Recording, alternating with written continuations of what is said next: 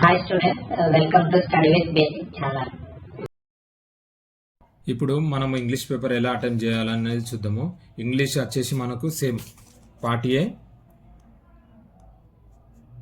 And part B అని ఉంటుంది. కాకపోతే ఇంగ్లీష్ పేపర్కి వచ్చేసి ఏంటిదంటే మనకు మిగతా పేపర్స్లలో పార్ట్ ఏ వచ్చేసి 60 మార్క్స్, పార్ట్ బి వచ్చేసి 20 మార్క్స్, టోటల్ 80 మార్క్స్ ఉంటుంది. కాకపోతే ఇంగ్లీష్లో వచ్చేసి పార్ట్ ఏ వచ్చేసి 40 మార్క్స్, పార్ట్ బి వచ్చేసి 40 మార్క్స్. ఇక్కడనే టోటల్ మనకు 80 మార్క్స్ వస్తాయి. ఓకేనా? అంటే part A 40 marks, part B 40 marks. మనము అది చూసుకోవాలి. అయితే పార్ట్ ఏలో ఫస్ట్ పార్ట్ ఏ చూద్దాం. పార్ట్ ఏ వచ్చేసి మనకి ఏమన్నా ఉంటుందంటే 1 to 5 క్వశ్చన్స్ ఉంటాయి. 1 to 5 క్వశ్చన్స్లలో మనకు ఒక పారాగ్రాఫ్ ఇస్తారు.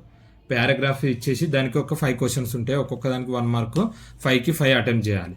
తర్వాత వచ్చేసి 6 నుంచి 10 వచ్చేసి ఇద్దరు వ్యక్తులు మాట్లాడుకునే కన్వర్జేషన్ ఇస్తారు అన్నట్టు. వాళ్ళన్న ఇద్దరు లేకపోతే ముగ్గురు వ్యక్తులు మాట్లాడుకునే కన్వర్జేషన్ ఇస్తారు. ఒకటి పారాగ్రాఫ్ ఇది దాన్ని మొత్తం ఇస్తారు. దాంట్లో కూడా 5 క్వశ్చన్స్ ఉంటాయి. 5కి 5 అటెంప్ట్ చేయాలి. 5 1 జా 5. తర్వాత వచ్చేసి మనకు 11th క్వశ్చన్ వచ్చేసి ఏంటంటే మనకు పైన ఒక పారాగ్రాఫ్ ఇస్తాడు, మళ్ళీ కింద కొన్ని మనకు సైడ్ హెడ్డింగ్స్ కాకపోతే కొన్ని ఇంపార్టెంట్ లైన్స్ ఇస్తారు. ఈ లైన్స్ యూజ్ చేసుకుంటే పారాగ్రాఫ్ని రీరైట్ రాయాలి మనకు. అది ఎంత అంటే 12 మార్క్స్. అక్కడ మనకు చాయిసెస్ ఉంటాయి. 11th కాడికి వచ్చేసి చాయిస్ ఉంటుంది. ఏమన్నా 2 ఇస్తాడు, 2 పారాగ్రాఫ్లు ఇస్తాడు. 2 సేమే. ఆ 2 పారాగ్రాఫ్లో ఏదో ఒకటి ఆ సెంటెన్స్ యూజ్ చేసి ఆ పారాగ్రాఫ్ని రీరైట్ రాయాలి. అదే వచ్చేసి మనకు 11th. అది ఒకటే రాయాలి కాబట్టి 1 2 జా 12 మార్క్స్. తర్వాత వచ్చేసి 12th క్వశ్చన్ వచ్చేసి ఏంటిదంటే మనకు లెటర్ ఇవ్వచ్చు, లేకపోతే డైరీ ఇవ్వచ్చు. లేదు అని అంటే ఒక క్యాండిడేట్ డీటెయిల్స్ ఇచ్చి ఆయన ప్రొఫైల్ గురించి సమ్మరీ రాయమంటారు. కాబట్టి అది లెటరా, లేకపోతే డైరీయా, లేకపోతే ఏదైనా ఫెస్టివల్ గురించి ఎస్సేనా, లేకపోతే ఏదైనా క్యాండిడేట్ది ప్రొఫైల్ ఏదైనా క్రియేట్ చేయడమా, సమ్మరీ రాయడమా అనేది ఆ క్వశ్చన్ చదివి, అంటే మనకు ఆల్మోస్ట్ ఆ పారాగ్రాఫ్లోనే ఉంటాయి. అవి చదివి వాళ్ళు అడిగిన దాన్ని మనం రాయాలి. దానికి 8 మార్క్స్. ఓకేనా? ఇవి మొత్తం మనకు 40 మార్క్స్ అన్నట్టు దాంట్లో. ఓకేనా? ఇది మనకు 12 8 20, ఇక్కడ 5 మళ్ళీ మనకు 5 to 6 ఇది 5 to 6 ఇది వచ్చేసి మనకు ఒక్కొక్కటి 1 మార్క్ కాదు, ఇది ఒక్కొక్కటి 2 మార్క్స్ అన్నట్టు. 5 2 జా 10, 5 2 జా 10. ఇక్కడ ఇది 10, ఇది 10. ఓకేనా? ఇది 10 మార్క్స్, ఇది 10 మార్క్స్. 10 10 12 8, ఇక్కడ 40 మార్క్స్ అన్నట్టు. ఇది పార్ట్ ఏ మనకి ఇంగ్లీష్లో వచ్చేసి. తర్వాత పార్ట్ బిలో సేమ్ క్వశ్చన్స్ కంటిన్యూస్గానే ఉంటాయి. ఇక్కడ 12 అయిపోయిందా, తర్వాత 13 క్వశ్చన్స్. 13 క్వశ్చన్ ఏమి ఇస్తాడంటే ఒకటి పోయం ఇస్తాడు. అంటే ఇంగ్లీష్ అంటే నార్మల్గా మనకు ఫ్రీడమ్ ఫైటర్స్దా, లేకపోతే ఏదైనా నార్మల్ రైమ్స్ టైప్ అట్లా ఒక పోయం ఇస్తారు. ఆ పోయం రాయాలి. ఆ పోయం కింద మనకు 5 క్వశ్చన్స్ ఇస్తారు. ఎప్పటి వరకు 5, ఇది 13 నుంచి 17 వరకు 5 క్వశ్చన్స్ ఉంటారు. ఒక్కొక్క క్వశ్చన్కి 1 మార్కు. 5 into 1 5 1 జా 5. దీంట్లో ఏంటిదని అంటే మనకు క్వశ్చన్ ఇస్తాడు, కింద చూసింగ్ ABCD అని ఇస్తాడు. ఆ క్వశ్చన్ చదివి ఆ పోయంలో ఉన్న వర్డ్స్ దీంట్లో ఉంటే దాంట్లో A B C అనేది పెట్టాలి. ఓకేనా? తర్వాత వచ్చేసి మనకు 18 నుంచి 22 వరకు మనకి ఇక్కడ ఒక ప్యాసేజ్ ఇస్తాడు.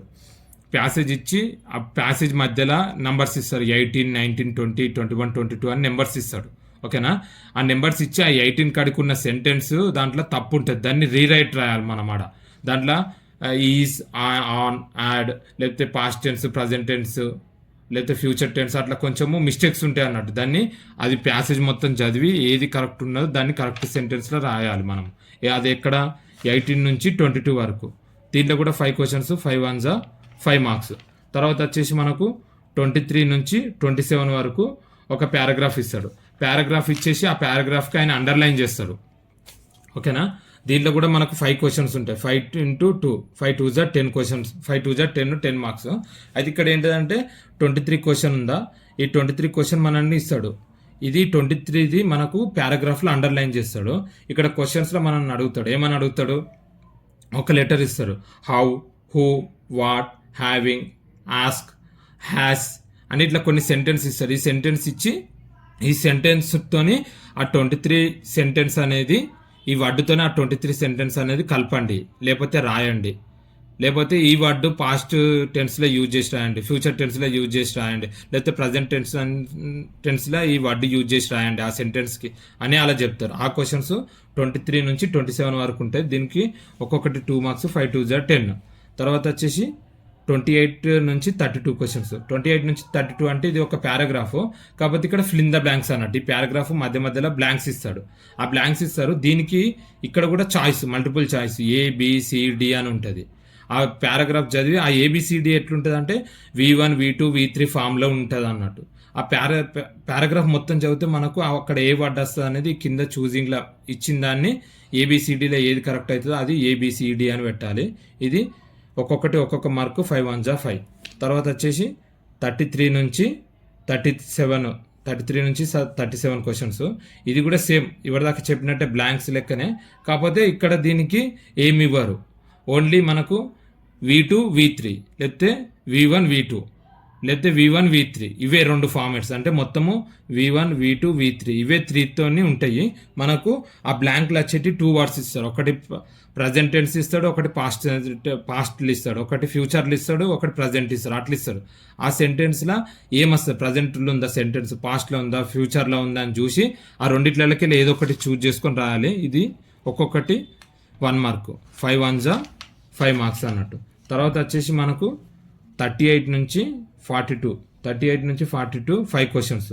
ఇది డైరెక్ట్ ఇది ఒక సెంటెన్స్ ఇస్తాడు. సెంటెన్స్ ఇచ్చి మనల్ని బ్రాకెట్లో రాయమంటాడు అన్నట్టు. అంటే ఆ ఇచ్చిన వర్డ్ ఎట్లా సేమ్ ఇవన్నీ మొత్తము పాస్ట్ ప్రజెంట్ ఫ్యూచర్ టెన్స్ మొత్తం టెన్సెస్కి సంబంధించిన క్వశ్చన్సే ఉంటాయి.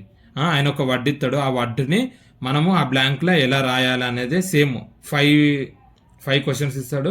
ఆ 5కి దాని తగ్గట్టు సైడ్కి వర్డ్ ఇస్తాడు. ఆ వర్డ్ని V1 V2 V3 ఏ ఫార్మాట్లు ఉంటే ఆ ఫార్మాట్లో కనుక్కొని రాయాలి. ఒక్కొక్క దానికి 1 మార్కు, 5 1 జా 5 మార్క్స్. తర్వాత వచ్చేసి 43 నుంచి 47 ఒక ప్యాసేజ్ ఇస్తాడు. అంటే ఒక స్టోరీ అలా ఇస్తాడు. ఆ స్టోరీ ఇచ్చేసి మనకు కొన్ని వర్డ్స్ ఇక్కడ ఇవరిదాకా సెంటెన్స్ మాట్లాడుకున్నాం. ఇప్పుడు ఒక వర్డ్ అండర్లైన్ చేస్తాడు. ఆ వర్డ్ అండర్లైన్ చేసి ఆ వర్డ్కి మీనింగు, లేకపోతే అపోజిట్ వర్డ్, లేకపోతే దానికి పాస్ట్ టెన్స్లా, లేకపోతే దాన్ని రీకరెక్ట్ చేయమని అలా మనల్ని అడుగుతారు అన్నట్టు. ఆపోజిట్ వర్డ్ లెక్క అడుగుతాడు, లేకపోతే ఆ వర్డ్ని కరెక్ట్ చేయమని చెప్తాడు, లేకపోతే ఆ వర్డ్ ప్లేస్లో ఇంకో వర్డ్ రీప్లేస్ చేయమంటారు. అంటే పర్యాయ పదాలు ఇట్లా ఉంటుంది కదా, దాన్ని రీప్లేస్ చేసి రాయమంటారు కరెక్ట్ వర్డ్ ఏమొస్తుందో అని. అట్లా ఈ బిట్ వచ్చేసి మనకు 5 1 జా 5. ఈ టోటల్ వచ్చేసి మనకు 40 మార్క్స్. అట్లా English paper part A 40 part B 40. ఇంగ్లీష్లో మనకు రాయడానికి థియరీ పరంగా ఏముండదు ఎక్కువ, పార్ట్ Aలోనే ఉంటుంది. పార్ట్ B మొత్తము మనం ఓన్లీ పారాగ్రాఫ్ కరెక్ట్, ఇంగ్లీషు సగం ఆన్సర్స్ మొత్తం క్వశ్చన్స్లోనే ఉంటాయి. మనం క్వశ్చన్ పారాగ్రాఫ్ కరెక్ట్ చదివి ప్యాసేజెస్ కానీ ఏది కానీ కరెక్ట్ చదివితే దాంట్లోనే మనకు ఆన్సర్స్ తెలుస్తుంది. ఇంగ్లీష్లో మార్క్స్ గెయిన్ చేసుకోవడానికి చాలా ఎక్కువ అవకాశం ఉంది. కాకపోతే ఇంగ్లీష్లో ఏంటిదనంటే మనం ఈ క్వశ్చన్ నెంబర్స్ మంచి వేయాలి, క్వశ్చన్ నెంబర్స్ వేసి ఆన్సర్స్ రాయాలి. ఎందుకంటే ఇంగ్లీష్ క్వశ్చన్ పేపరు వాళ్ళకు పోదు, క్వశ్చన్ పేపర్ మనం తీసుకుంటాం, ఆన్సర్ షీట్ వాళ్ళు తీసుకుంటారు. కాబట్టి ఆన్సర్ షీట్లో first question, second question, third question, fourth question, fifth question అని బ్లాక్ పెన్తో మంచిగా రాసి దాని పక్కపంటి బ్లూ పెన్తో ఆన్సర్ రాయాలి. మళ్ళీ ఇంకోటి చెప్తున్న, ఇంగ్లీష్లో ఆన్సర్స్ ఎప్పుడు దగ్గరికి రాయొద్దు, గ్యాప్ ఇచ్చుకుంటూ రాస్తే పేపర్ కరెక్షన్ చేసే వాళ్ళకు కొంచెం గ్యాప్ ఉంటుంది. మినిమం ఇంత గ్యాప్ ఇవ్వాలి. ఇట్లా ఇప్పుడు ఈడ 1, ఈడ 2, ఈడ 3, ఈడ 4 ఇట్లా రాయొద్దు. 1 2 3 ఇట్లా రాసినామో పేపర్ కరెక్షన్ చేసే వాళ్ళకి ఈజీగా కరెక్షన్ చేస్తాడు. వర్డ్స్ కూడా ఉంటాయి. ఇంగ్లీష్లో ఎంత మంచిగా హై స్కోర్ తెచ్చుకోవచ్చో లో మార్క్స్ రావడానికి కూడా ఛాన్సెస్ ఉంటాయి. కొంచెం వర్డ్ ఇటాట్ రాస్తే అది డైరెక్ట్గా కనిపిస్తుంది కాబట్టి రాంగ్ వేస్తారు. కాబట్టి రాసేటప్పుడు ఆలోచించి మంచిగా రాయండి. ఓకేనా?